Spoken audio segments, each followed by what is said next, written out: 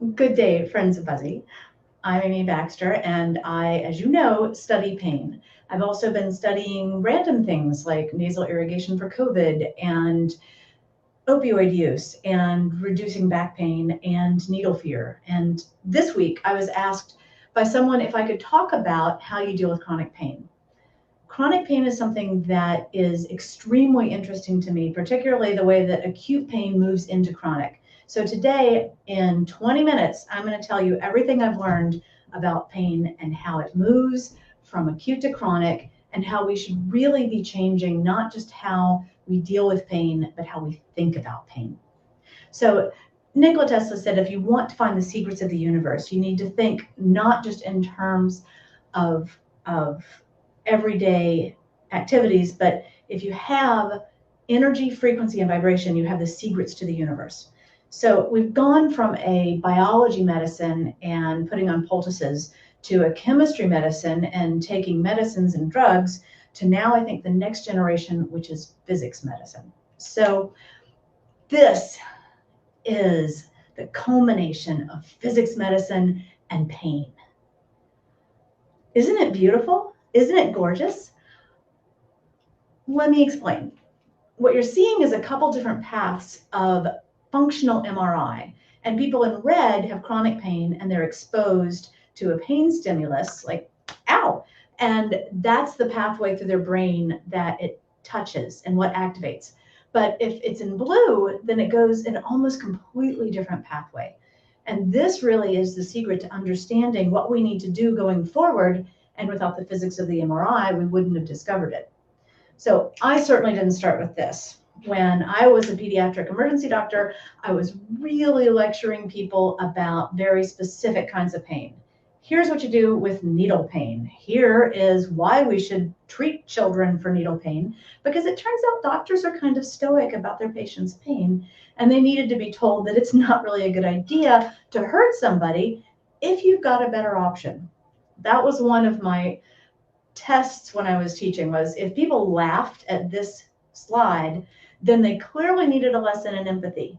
So what I would say is, if there are two different ways to do something, and one of them is extremely painful and one isn't, why are we choosing the painful one? Because it turns out there were non-painful ways to deal with needle pain. There's a concept in pain management that became widespread or published in 1965. And the idea was something called gate control, which is that the sharp pain is racing to your spine, but if you have another sensation like cool running water or like motion or like pressure or touch, then that outraces the pain to the spine and it closes the gate on sharp pain. So one of the big examples of gate control is if you burn your finger and you stick it under cold water, magically the pain disappears. So this was the premise behind something that we call Buzzy. And Buzzy uses vibration and ice to stimulate these fast motion nerves to get to the spine so that you don't feel needle pain, which is all well and good. I put together prototypes. I tried them on my kids. I finally took a break from practicing medicine so that I could get a giant grant and test it out. And the first study that I put together was in teenagers, and it didn't work. Now, at this point, there are 70 randomized controlled trials that are all independent that have been done on Buzzy and highly effective. Only 2 trials didn't work, and mine was one of them. What went wrong? It turns out that for the children in our adolescent group, it didn't matter what they rated the pain as if they were afraid. Because while people rate pain with different scales, and the question of why a pain scale is useful is often made fun of, to the point where Ali Brosh in one of her blogs talked about how the pain scale we have is ludicrous. This kind of intensity is what we should have as a pain scale. But the reality is you can look at people who are about to go get a needle procedure and their reactions may have nothing to do with what they're feeling physically. It's all about what they're bringing with them and how afraid of pain they are. So with this knowledge, we started looking not just at what we were doing with needle pain, but what someone's perspective was. There's a really amazing pain scale by a guy named Schmidt, and he let himself be stung by every hymenoptera he could. So his language is amazing. He describes a termite raiding ant as having the pain of a debilitating migraine in the tip of your finger.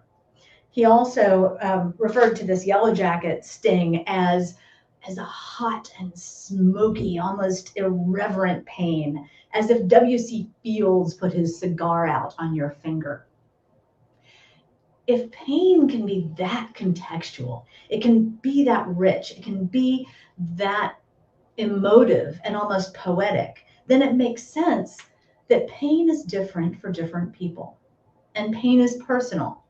And what you bring with you, with your experiences from pain in the past, are going to inform how you feel pain in the future. And this is absolutely critical when we start talking about chronic pain and the difference between chronic and acute, and how we can reshape what our brain perceives when we're dealing with pain.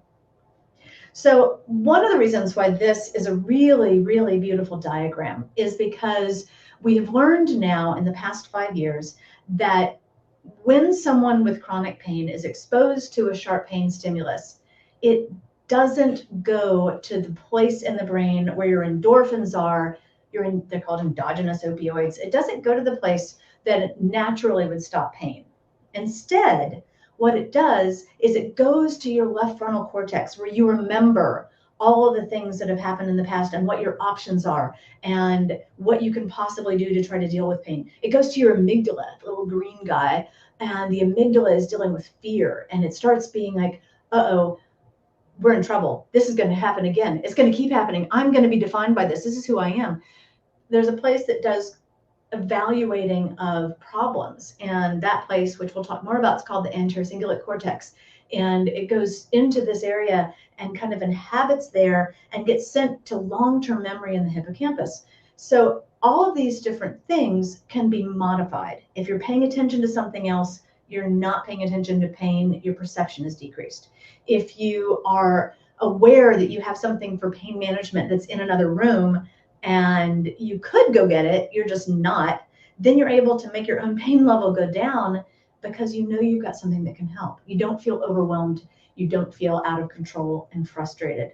So a couple of the ways we've started to think about pain are that really pain is the brain's opinion of how safe it is. You might have seen an image of someone with two hands, one of them rubber and one real, on a desk. And someone takes a hammer and slams the fake hand. Now, there's one thing to be startled and jump, but there's another to perceive pain. And this person actually perceives pain from a rubber hand being hit. The brain's opinion of how safe it is has been jeopardized, and you feel pain because that's how you get safe. So other ways of thinking about it that even Melzack of the Melzack and Wall Gate Control 1965 was that pain happens in so many places in the brain that it's really an emotion, not a peripheral sensation. And so when it comes to dealing with chronic pain, it's not what you do, it really matters the way that you do it. So talking about pain management is talking about multiple things. Sure, there's the physiology, and there's some really cool new science about Buzzy and physical pain that we'll talk about. But the thing that I think is the most critical and is very important for chronic pain is that if you think about a scale of pain, from no pain at all to pretty severe and intense pain, the volume controls for this pain are fear and control. If you are afraid, that's turning the volume up on pain. If you have control of the situation, it turns it down. So pain is a combination of multiple things, and the way to address it is really primarily not in the place where the pain is happening, but it's decreasing fear and increasing control. When I was writing about pain management and talking to doctors, I was like, look, here's the thing. You've got the physiology, which you can address with Buzzy or topical anesthetics or cold spray. You've got fear, which you have to deal with, and you have focus. So you can, oh, look, check out over there. Turns out all of these are much more sophisticated. And if we're dealing with adults, then you need to have a much bigger spectrum. Now, when I found out that needle fear is a huge thing, I went on Shark Tank to try to raise awareness of needle phobia, because what if we have a pandemic and people are afraid of needles and don't get their vaccines? How could that happen? I did a TED Med talk where I also used my cute little things, and also used pictures of Hymenoptera to say, we know now that we've caused a lot of needle fear, and this needle fear is going to change how people interact with their healthcare system. And then finally, when the pandemic did hit, before vaccines were available, I testified to HHS and said, hey, Health and Human Services, about 28% of people aren't going to get vaccinated. And it's because of this complicated relationship between pain, fear, and intention of what you're going to do. So what I tried to explain to them was that the physiology, fear, and focus that have to do with needle pain in pediatrics are so much more complicated for adults. And really, this kind of diagram is representing all of the different functional MRI images of the brain, because you've got shame, you've got fear, you've got past experiences, and you've got so much more going on. Okay, so how do we take care of chronic pain? All right, so first of all, if you have chronic pain, then the more you think about your pain, the more afraid you are, the worse it's going to be. One of the things that's amazing is that the brain itself changes shape depending on what you think about. When people have chronic arthritis and have to get a total knee replacement, it turns out that their thalamus, which is the precursor to going to the intercingulate cortex, and the thalamus gets bigger in response to this chronic pain. It's having to cope with, how do I deal with this pain? And that focus on it intensifies it. When they have the surgery, 6 months later, thalamus shrinks down. So we used to think that your neurons in your brain were really static and you had what you had. Maybe you have a whole bunch of neurons, and by age 2, they start pulling them out, and then that's the brain cells you have left.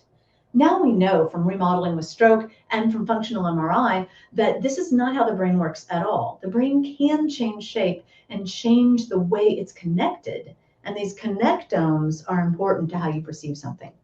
So with fear comes the focus that increases pain. If you have enough of it, it can go to PTSD. A cool study found that if you quickly in trauma give people enough pain management so that they're not hurting, they heal faster and they have less PTSD. So addressing pain early helps decrease the fear that makes pain bigger later. The anxiety correlates to how much pain you feel. So again, just all of these things connect with the fact that fear is intrinsic with pain. So you have to decrease fear.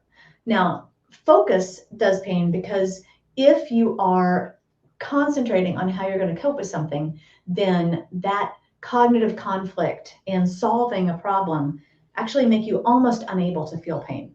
So for example, if you are in a situation where you're trying to count how many letters are shaped like circles, you're doing some kind of a little mental task, your brain feels safe because it is too absorbed in this task. And if I'm doing this task, I must not be in danger. So you can override your brain's perception of fear by giving it a task that is engaging, not too difficult, but requires a lot of different resolution. Being able to be in control of your pain, that changes the way you perceive it. So agency, having options, that actually is related to this area of the brain that deals with what pain means in chronic pain. So the more options you have, the less pain you feel, because you know you've got something else to try. With chronic pain, one of the most effective therapies is something called acceptance and commitment therapy. And so with acceptance and commitment therapy, the idea is that you accept that you have pain and you start committing, instead of measuring pain or taking pills, you start committing to doing the things that you love.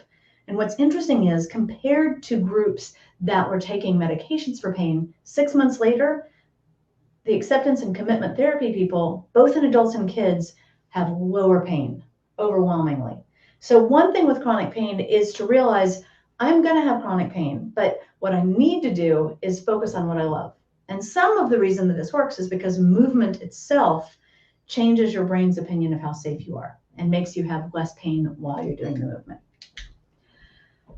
Now, this is the time where I want to talk about placebos and medical devices and pain. One of the things in medicine is that people say the placebo-controlled trial is the best trial. Except that we don't use placebos in some of our trials. Parachute trials, for example. Very hard to get people to sign up for a parachute trial with a placebo. Insulin trials, that would be considered unethical because if you need insulin, you need insulin and you're going to die without it. Well, I think it's unethical to not give credit to the placebo effect for pain. So in pain management studies, unlike an insulin study where a placebo does nothing, in pain management studies, about 30% of the placebos do something. And now that you understand how the brain works and how all these connectomes come together for your perception of pain, it makes sense. If you feel in control, if you're taking something, if you're doing something, if you're putting something on, if you're occupied by how you put this thing on, then your fear goes down, your control goes up. So it's time for us to quit feeling like placebo means something that doesn't work. Because when it comes to pain management, just the act of doing something at all matters. So a quick bit about why opioids don't work and why pills in general are going to fail for pain. So it turns out that when you take a pill, it goes way up and then it starts coming off. The thing is, when you're looking at clinically meaningful pain ratings, most of the pills are going to stop before you get to a place where you're allowed to take another one. So when it wears off and you can't take another one yet, you're in this zone of feeling anxious, feeling out of control, and your fear goes up and your pain goes up, which means that next time you need to take more to make it work. So that's where addiction comes from. And it's why what we really should be focusing on is how we address pain from a physical standpoint. So moving into the physics, the last thing that is new and it's cool is that we have been putting all sorts of gate control devices on. We've been putting on pressure. We've been putting on compression. We've been doing yoga and doing other things to stimulate these nerves to try to decrease pain. Some people use TENS units and electrical stimulation. And this has been the way that people have adapted this Melzack and Wall gate control up until now. It's never really worked very well. It's been frustrating. It works if you implant it in the spine, like they did in 1967, but since then, it's always been a little loosey in the football, where you try the TENS, doesn't quite work. So here's the last thing I've learned in the last 5 years, which is so exciting and will absolutely impact the next 10. That is that if you're looking at a little slice of what the skin looks like and how the pain nerves are arranged, you can see that when you're putting on electrical stimulation, you put two little green circle tabs on, and the electrical current goes between that, trying to stimulate these touch nerves to close the gate on sharp pain. What we learned in 2012 was that each of these touch nerves fire at a different frequency. So you've got your light touch, you've got your deep acupressure, you've got your yoga stretching, Ruffini corpuscles, and then you've got your motion sense when you bang your hand with a hammer and you shake it.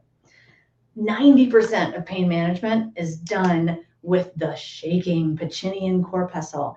So that's why Buzzy works to block needle pain. That's why when you are putting a vibration unit on in the right frequency, that mechanical stimulation is going to block pain more than an electrical trigger.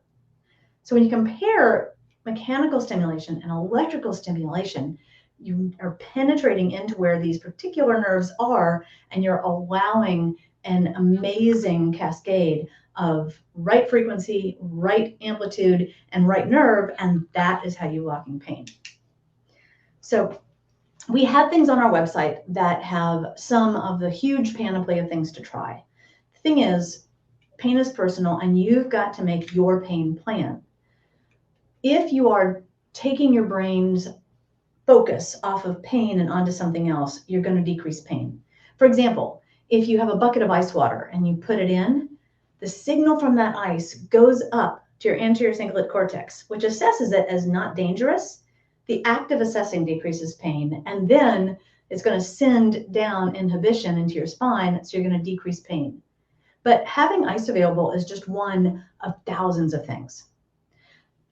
There are perhaps fewer than 10 different medications or treatments that can stop pain at the nerve source. There are probably about 100 different supplements or analgesics that can help pain.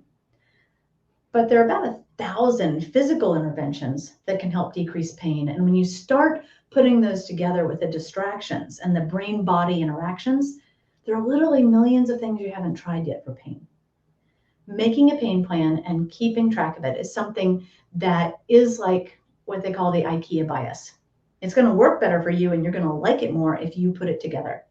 So we do have What Works for Pain booklets and our pain care kit on our website, which you can get. Please follow, like, subscribe, all of that sort of thing. And to quote Helen Keller, life is full of suffering, but it's also full of the overcoming of it. Hope this helps. Please comment, let us know how it was. Thanks. It's going to be fine.